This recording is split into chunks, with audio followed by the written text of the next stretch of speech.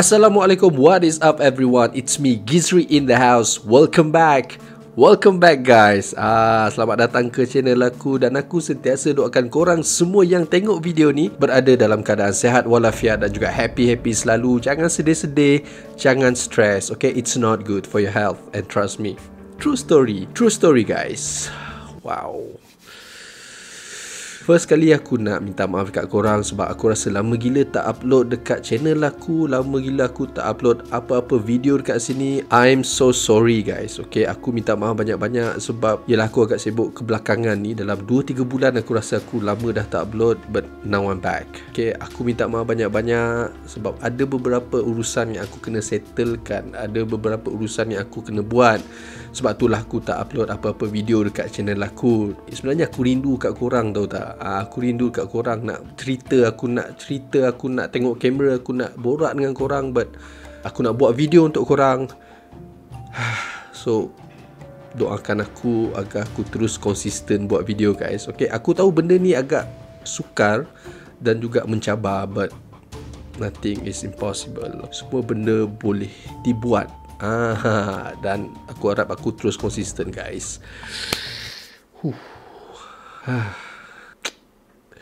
So guys, untuk video kali ni sebenarnya aku nak ceritakan dekat korang tentang satu kisah yang boleh dikatakan kisah seram. Kisah seram dan juga misteri. Dan aku tahu ada di kalangan korang yang minat dengan cerita-cerita macam ni. Sebab itulah aku nak ceritakan tentang kisah-kisah seram ni. Macam biasa, tanpa membuang masa lagi, my name is Gizri. Lama gila aku tak sebut benda ni dan aku sangat-sangat rindu nak sebut. My name is Gizri and this is the story. Let's go.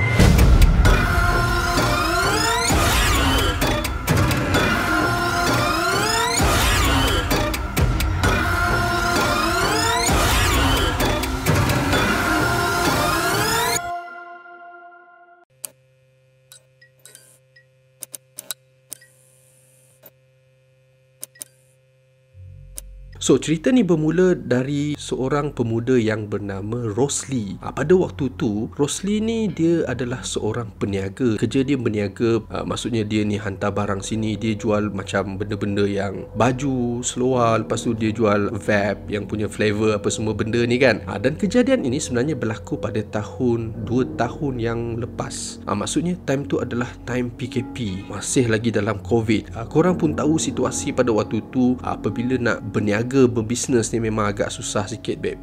Sebab apa? Sebab yelah kekangan. Ada kekangan yang perlu ditempuhi. Kena buat ni, buat tu. Memang sangat-sangat limited lah dia punya pergerakan. So apabila macam tu, si Rosli ni pun memang agak struggle lah. Sesiapa yang berniaga benda ni, dia orang akan tahu macam mana rasa time tu. Dia orang akan tahu macam mana keadaan sewaktu PKP tu. Okey, kita teruskan lagi dengan cerita ni. Pada hari tu, si Rosli ni dia telah mendapat satu panggilan, tahu tak? Panggilan telefon daripada orang yang dia tak kenal. Dia mendapat satu panggilan dari seorang lelaki yang bernama Haikal. Kalau ikutkan, si Rosli ni memang malas nak pergi nak hantar sebab memang dah lewat malam kan. Tetapi jumlah yang si Haikal ni order, yang dia tempah tu memang agak banyak. Korang pun tahu situasi macam mana time tu, memang struggle gila nak cari duit. Tempahan tu memang agak lumayan. Susah dia nak apa orang cakap, nak tolak. Tak apalah, boleh tak saya hantar esok? Dia cakap dengan si Haikal ni. Tak, si Haikal ni dia nak si Rosli ni hantar dekat dia pada sebelah malam tu juga. So diorang pun deal lah dalam telefon tu. So lepas diorang bincang-bincang, akhirnya Rosli ambil keputusan yang okey, tak apalah, macam ni lah bang, tak apa, kita jumpa dekat sini, kat sebuah kedai yang dekat area tu yang ada kedai pizza. Kalau macam tu, okey, saya akan ke sana lah sekejap nanti. Abang just tunggu je, dia cakap dekat Haikal tu. So lepas dia packing apa semua ni, si Rosli terus keluar menaiki motosikal. Korang bayangkanlah situasi waktu tu memang dah nak tengah malam dah. Lebih-lebih lagi time PKP babe. Memang agak terhad lah pergerakan kan. Tapi dia keluar juga sebabkan dia nak hantar benda ni dekat customer dia, si Haikal ni. Time dia naik motosikal tu memang tak ada rasa apa-apalah. Yang dia fikir, tak apa, aku deliver barang ni, lepas tu aku ambil duit, lepas tu aku belah. Walaupun memang dah lewat malam dan tempat yang dia lalui itu memang boleh dikatakan agak sunyi juga sebelum dia sampai ke kedai pizza yang diorang berjanji nak jumpa tu. Sesampainya si Rosli dekat area tu, dia macam memasuki satu tempat yang dia rasa macam betul ke tak tempat ni kan. Dia tengok sekeliling, tengok mana kedai pizza ni, macam tak ada je. So dia pun pusing. Lepas tu tak jumpa juga guys. Dia tak jumpa kedai pizza tu. Sedangkan tempat yang dia pergi tu, dia pin tu betul. Cuma yang peliknya dia tak jumpa tahu kedai pizza tu. Mungkin aku salah alamat kot. Dia fikir macam tu. Dia fikir macam mungkin dia pergi ke salah tempat. Tapi dia try juga cari kedai pizza yang si Haikal ni cakap. Dia pergi tapi tetap tak jumpa juga malam tu guys. Tu yang dia pelik. So lepas tu dia try call si Haikal ni. Dia call Haikal, tapi masalahnya bila dia call Haikal ni tak dapat get through. Voicemail memanjang je. Dia macam dah rasa tak sedap hati tau dekat situ. First kali apa yang dia fikir, mungkin si Haikal ni dah scam dia. Okay, nak buat prank apa semua kan. Tapi itulah, disebabkan kesusahan, struggle nak cari duit ni kan. Korang pun faham, siapa-siapa yang bisnes tahu benda ni, dia sanggup pergi tau. Tapi apabila dah sampai dekat tempat yang korang janji nak jumpa untuk COD tu, masih tak jumpa guys. Dia call tak dapat. Siapa tak panas babe? Dah lewat malam. Dah nak masuk pukul 12 dah pada waktu tu. So dia dah rasa macam fed up. Dia dah rasa macam seolah-olah dipermainkan. Okay, tak apa, dia sabar je guys. Dia tetap sabar. Tetapi ni bermulanya satu kisah yang misteri ni bagi si Rosli. Pada malam tu dia macam terdengar tau, ada satu pergerakan, macam ada seseorang lah yang berjalan. Lepas tu dia ditoleh ke sebelah kanan. Lepas tu dia nampak ada seorang manusia, seorang lelaki yang berjubah putih. Yes, dari atas ke bawah. Shopee pula dah. Dari atas ke bawah memang lelaki ni mengenakan ataupun berpakaian jubah putih. Dia pun tengoklah ke arah lelaki ni. Dan lelaki ni dia punya fizikal tu dia macam agak tua sikit lah. Dia agak berusia sikit. Apa yang Rosli describe tentang seorang lelaki ni sebagai seorang atuk, tahu tak? Yelah, kalau dah tengah malam, tempat yang sunyi tu kan, dia dah macam siapa pula tengah malam berjubah-jubah putih ni kan. Kalau korang pun di tempat Rosli, kalau aku pun dekat situ, aku akan rasa pelik lah kan. Tapi disebabkan dia nak berfikiran positif, tak nak fikir yang bukan-bukan, si Rosli ni terus bagi salam dekat orang tua tu yang berjubah putih. Assalamualaikum pakcik. Seorang tua tu pun Waalaikumsalam. Dia jawab. Memang dia jawab. Dia pun terus salam dengan pakcik tu.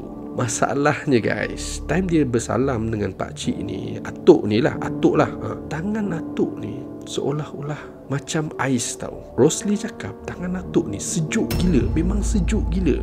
Time tu dia dah rasa lain macam dah. Alamak, siapa pula ni kan, memang sejuk gila tangan. Lepas tu dia buat cool je. Dia buat macam, saya sebenarnya tengah tunggu orang ni sebab saya nak ada urusan bisnes sikit lah. Apa yang pakcik tu ataupun atuk tu cakap dekat si Rosli pada malam tu lebih kurang macam ni. Orang tua tu cakap dengan nada yang sopan, tau tak? Dia bagi tahu dekat Rosli, Cucu ni dah penat sangat ni, sebab itulah tak nampak jalan.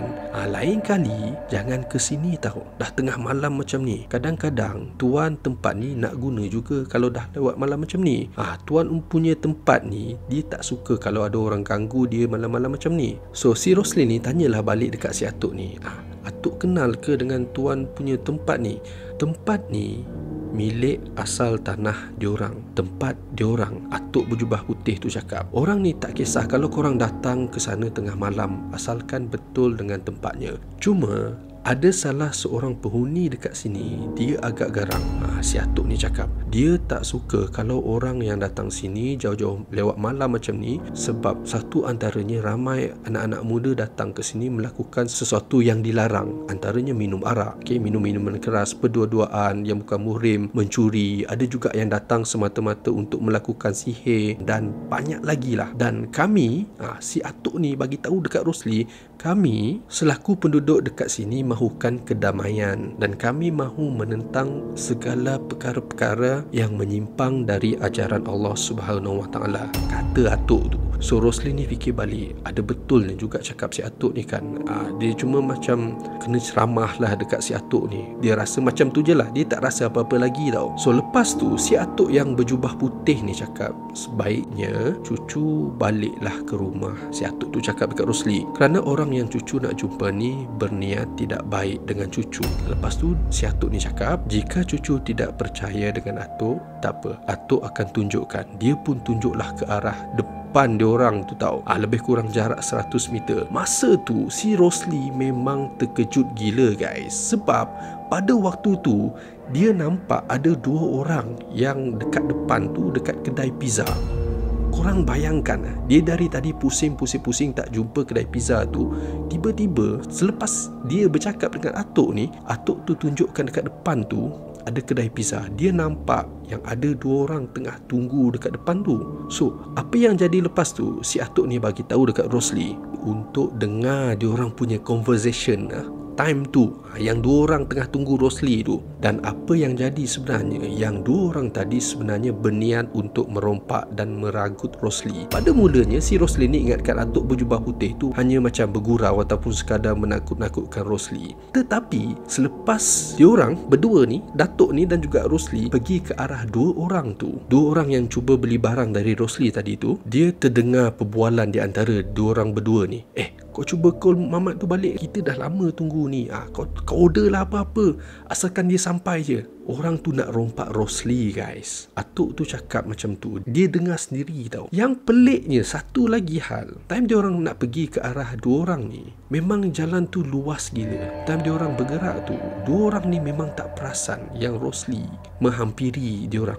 Rosli dan atuk tu lah menghampiri dia orang. Dan selepas tu, selepas Rosli dah tahu benda ni yang dia akan kena rompak, dia pun apa lagi, siapa yang nak tunggu dekat situ kan, dia nak belah lah. Dia pun belah lah dari tempat tu. Tapi sebelum dia belah tu, dia nak mengucapkan terima kasih kepada atuk yang berjubah putih tadi tu. Tetapi apa yang jadi lepas tu agak menyeramkan guys. Korang nak tahu tak apa yang jadi lepas tu? Sebaik sahaja si Rosli ni cuba menoleh ke sebelah kanan dia, si atuk tadi yang berjubah putih tu dah hilang dah tak ada dekat situ dah. Macam mana tiba-tiba atuk tu tak ada, tiba-tiba hilang guys, disappear just like that.